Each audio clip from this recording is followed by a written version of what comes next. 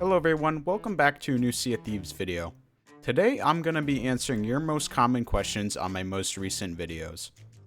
So without further ado, let's get to that.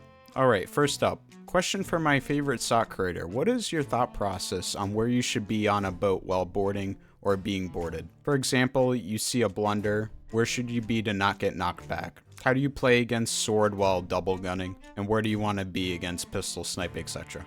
Okay, so there's a lot here, but let me try to break it down. I'm going to start with where you should be if you're ladder guarding. If you hear someone grab your ladder, you can either run up to it and look down to shoot them, but that can be risky. If you want to play it more safe, I would stand either here by the stairs or by the sail. If the boarder's already up, regardless if you're the boarder or the guy defending, I would recommend not standing on the sides of the anchor by the ladders, and don't stand directly next to the mast for too long, or around the cannons, because you will probably die or get blundered off. But here's some spots I would stand at. First off, you can stand by the anchor, by the harpoons, or under deck by the quest table. If you have to run downstairs, you can also use this spot by the wood beam to dodge bullets. And you can use these spots for almost every loadout, including things like blunder snipe and pistol snipe. As for swords, run. That's my advice. Run and turn around to shoot them. You never want to stop moving, and that applies to both for going against double gunners and people using swords. You just kind of want to strafe against double gunners and try to keep your distance against people using swords. Alright, next question. Captain Roach, what is your favorite boat skin set and why? What curses make you think this player knows how to play or outfit styles? Love the content, keep playing. We'll keep watching. Thank you, Captain Roach. Now, if I had to choose a single boat set, it would probably be the Golden Sailor set because everything in the set looks clean to me, and black and gold is like one of my favorite color schemes. Now, if we're talking about each piece, I use a mix of the Golden Sailor stuff with Flameheart and Reaper themed stuff because, you know, as a Reaper, I like to represent. And my favorite color scheme above black and gold is red and black. So this boat has it all. If you want to know exactly what each piece is, I have a link to a cosmetic video below. As for the part about people wearing certain clothes or curses to signify how good they are, I tend to ignore outfits and curses because from what I've seen, it is 100% random on if they're good or not. I've seen some double gold players who are worse than just like people starting out, so swabbies basically. So I don't know how that happens. Anyway, what I do look at though is what sail they're using. If they're using one of these sails, chances are they're gonna put up a good fight. Beware the default sail though. It's 100% random if it's a swabby TDM or a cheater. Anyway, next question. Can you make a tutorial for better aiming, please? Now, this one is more of a request than a question, but I figured I'd give some useful information. Okay, so first of all, for anyone who wants to know, I play on 1.1 mouse sensitivity, and then crank all the other ADS senses up to 10. Oh, and I play on 800 mouse DPI, which means with that setup, with one arm swipe, I can do just about a 270-degree spin. You want to have your sensitivity on something that allows you to do a 180 comfortably and consistently.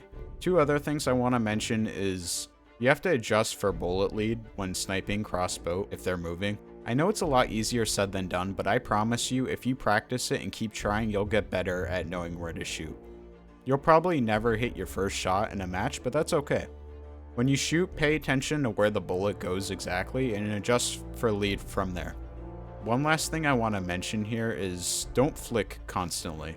This is something that even now I still struggle with here and there, but I'm getting used to not doing it as much. It's much easier to just center the enemy on your screen than trying to flick to them, and you're a lot more likely to hit your shots this way. Did you ever do or have done practice sessions like boarding plus TDM or tank or full attack mode? And if yes, can you share your schedule? I sometimes do tank practice in duos, or in solos I would do TDM if I get someone I know. But that's quite rare, so I'm gonna say no, I don't have a schedule. When I make my SoT videos, I hop on the game, run around my boat, and shoot my bell for like a minute or two. And then I just stock up and just play normally. Oh, and for the people who ask me, like, on like all my videos for some reason, to start a session, all I do is literally just buy all the crates from the merchant, except the bait crate, and then just buy all the captain's supplies from the shipwright, except bait. And boom, there you go. you're ready. Do you have any advice on how to fight bigger boats / crews? Okay, so this is quite simple. Since you're on the smaller boat, if you're fighting a bigger boat, you want to get out of their broadside, so where their cannons can't see you. You want to get in front of their boat, basically. And then you want to try to demast them with chain shots. And if it's a galleon, you want to set fire to the back of their boat. Do you like Verdant or Golden Bones better? And which one do you think is harder to get? Okay, so I don't get where people get the idea from, but Verdant Bones is not harder to get than Golden Bones. You're probably way more likely to get Verdant Bones first, unless you just don't get 4 streaks or you don't sell at 4 for some reason. That being said, Golden Bones is my favorite bone color in the game, not only because it's a little subtle flex. It also matches the skeleton fit I wear, and again, it's gold, so it literally matches the whole black, red, and gold color scheme I mentioned I loved earlier. Ooh, what got you into SoT? So, growing up, I loved watching the Pirates of the Caribbean movies, and I always have been a fan of pirates and cowboys, which probably explains why Red Dead 2 and Sea of Thieves are my favorite games of all time. When I found out a cartoon-styled pirate game came out, I basically bought the game as soon as I found out about it, which was about a month after the game came out. I started playing during Hungering Deep into Cursed Sails, and back then I would play with some of my friends from school and we would run a galleon, and yeah, we weren't a great crew then, as this was before I did any PvP. If you're curious, this was my fit back in the day. Yeah, I don't want to talk about it. But also, the switch up I did from Athena to Reaper is kinda crazy. After a few months, I stopped playing the game and would take month breaks and return randomly. And it wasn't until Hourglass came out I started playing the game regularly. What's your best tips for solo Hourglass? My best tips would be these 3. 1. Always make sure you have an angle on the enemy, so make sure they're always on your left side. You never want to let them get to your right side. 2, which is honestly way more important than the first tip, don't get mad or give up if you lose. It's okay if you lose. Sometimes it's out of your control if you win or lose. If you're a new player, you're probably going to lose a lot at first, which is fine. You're still learning the game. Next time you play though, pay attention to what's going on, and if you lose, figure out how you got into the situation that made you lose. And try to learn from it for the next match to avoid it so it doesn't happen again. Wow, I said lose a lot in that last sentence. Anyway, tip 3. Don't burn yourself out. I'm assuming most of you guys who watch me play Hourglass and are doing it for the Skeleton Curse or Ghost Curse. So if you are, just play like 1 or 2 days a week. If you can do more, that's great, but if not, just start out with 1 or 2 and just try to get 5 to 10 levels a day. If you can do that without getting bored or frustrated, you'll get the curse in no time. How do you move around in the barrel without your mouse? I do use my mouse. On my recording software, I have it set up so it doesn't show my mouse in my footage, but on my actual screen, I see my mouse, and that's what I use for sorting and grabbing stuff in barrels. How long was your journey for each gold curse, and in average, how many levels per day did you do? For gold bones, from my first video that I posted of Hourglass to the video I got it, it was 4 months, but I did start posting those starting at level 350. So I would guess around a total of 6 months of playing, about 2 to 3 times a week. And each time I played, I would aim for 10 levels at least, but sometimes I would have bad days and would just stop once I got 5 levels. As for Gold Ghost, aka Piss Ghost, it probably took me like 9 months because I kept taking breaks to do IRL stuff that was going on and didn't play as much. So if you want like a recommendation, do what I did for my gold bones and you'll get it in a decent amount of time. Oh, and take full advantage of community weekends and fight nights. That will speed up the process a lot. How much hours you have on SoT? As of recording this, I have a whopping 147 days and 3 hours on the game. If you convert that to all hours, that is 3,531 hours. Yeah, I played this game a lot. You'd be surprised though, there's people with double or even more playtime than that. Is it possible to join a 1v1 Hourglass as a second crew member? Cause I played a 1v1 against a player. I killed him like 5 times on his ship. Once he killed me, surprisingly, there was another player on my ship, and the dude on his ship shot with cannon. There wasn't other ship in the battle area. Thanks for the reply. Okay, so honestly, the only way to explain this is it was 2 solos in an alliance, and one guy just abandoned his boat and just was chilling with the other dude that you unfortunately invaded. Because in Hourglass, as a solo player, you can't queue a duo. and if someone joins in the middle of a solo battle, they'll have to sit on the ferry and wait for the fight to end. Alright, next question. Do you think you'll ever try and train someone to become good at Hourglass? Could be a good video. Oh boy. The timing of this comment couldn't have been better. I'm actually in the process of doing this with my IRL friend Anthony, also known as Zentex on YouTube and Twitch. He recently decided to try SoT with me, and he told me after the session that he actually had fun, so who knows? That will be this Friday's video, and maybe we'll get a series of me teaching him how to be good at the game. Nice video, where did you get the sniper skin?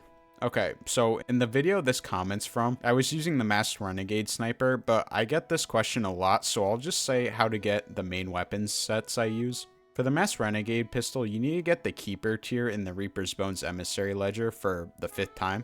And same goes with the sniper, you gotta get the Master tier in the Reaper's Bones for the 6th time. And if you don't know what that is, you gotta raise the Reaper's Emissary flag at either Reaper's Hideout or any of the Reaper tents at Outpost.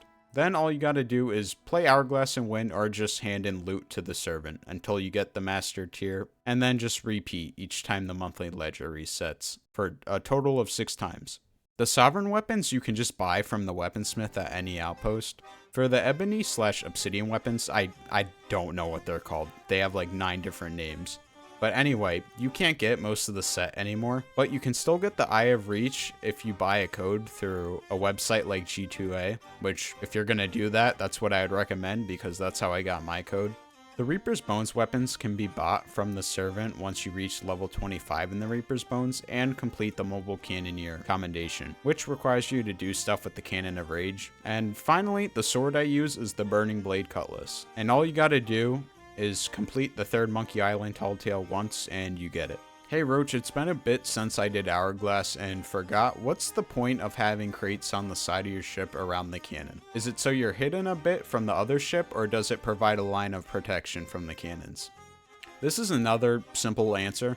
It does make it slightly harder for the enemies to see you, but the main point is to stop the enemies from harpooning you off your boat. What was your inspiration to start doing YouTube? So going through middle school, I always was curious to what it would be like to be a YouTuber, but I didn't think I had like the personality to do it, and I didn't think I'd be good at it, so I never actually tried. That is, until one day I was talking with Hydra, and he was telling me that he was thinking about starting a channel soon, and this was around the same time my other friends were doing YouTube, so I thought, what the heck, I might as well try. I always wanted to, and well, here we are. What do you do in your free time other than video games? Hey, what's up, Carson? Anyway, I'm assuming you mean like not including education stuff, so like college work and stuff like that.